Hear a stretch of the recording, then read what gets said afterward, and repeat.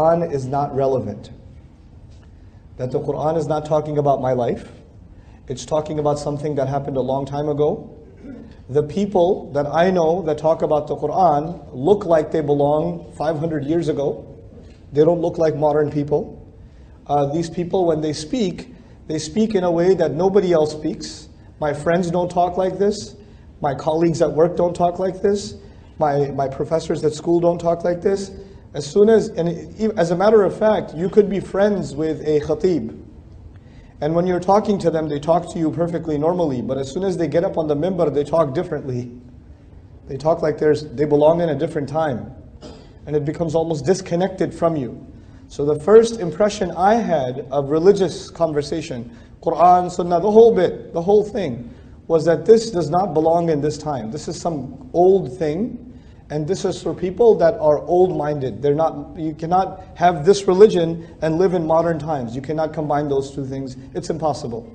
That's number one. And as a matter of fact, even in so many lectures that I heard, all they talked about was how bad these times are and how good the old times used to be.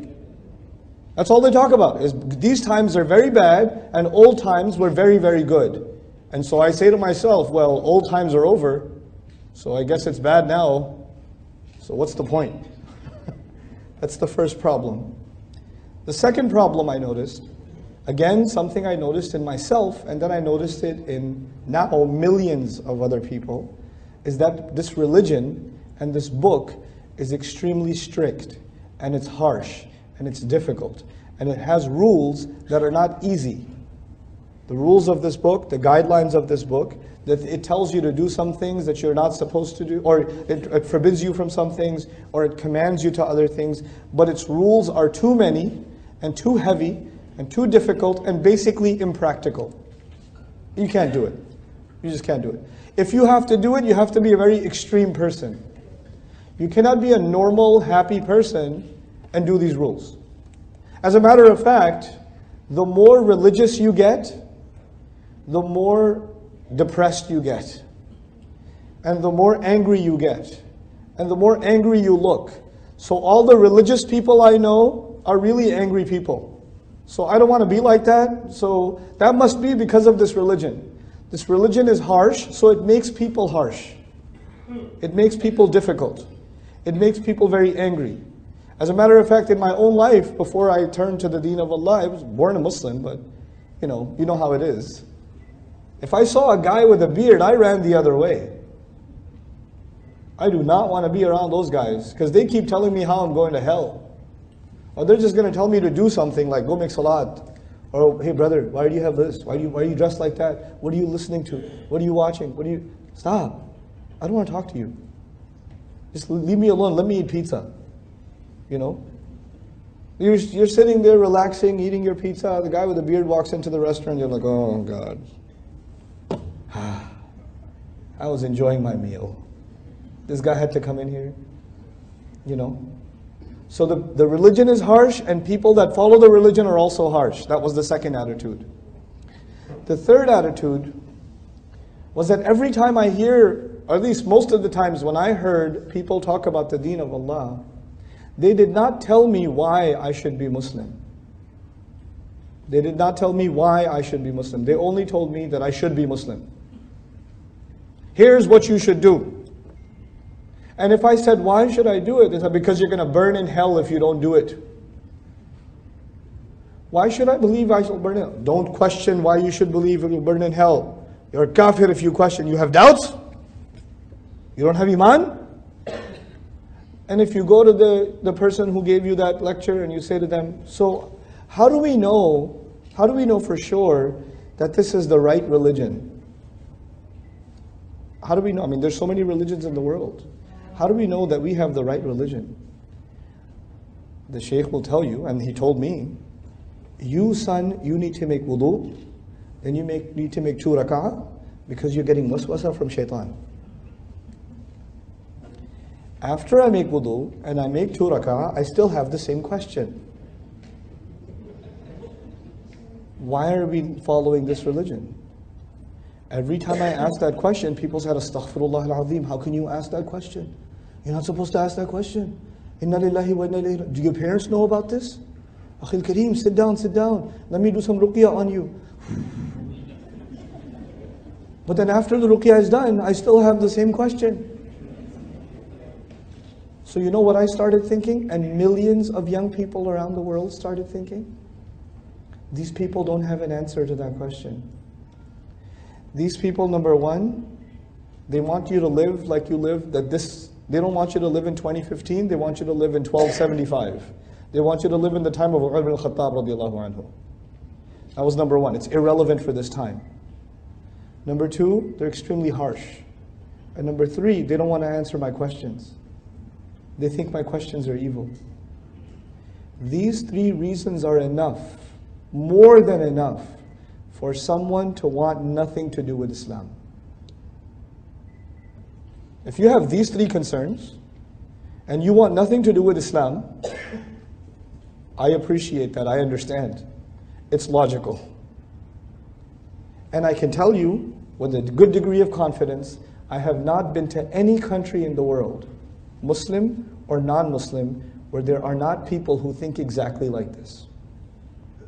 For all the people who come and sit in a lecture, there are hundreds and thousands, if not millions of people, Muslim and non-Muslim, who have this problem. They have this problem. And so this is what I noticed for so long. And I stayed away from the Quran for so long in my life for one reason. It doesn't have to do with my time. It's harsh. It's not going to answer my questions. How are my questions? I have questions. I went to college in New York City. I took a philosophy class. And in philosophy class and in psychology class and in anthropology class, when I'm studying Freud, when I'm studying, evolution, when I'm studying, modern European philosophy, how is a book 1400 years ago going to answer my questions? Come on, seriously?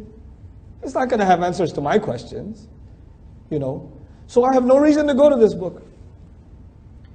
But by the gift of Allah, for no other reason, فَإِنَّ اللَّهَ يَهْدِي مَنْ يَشَاءُ.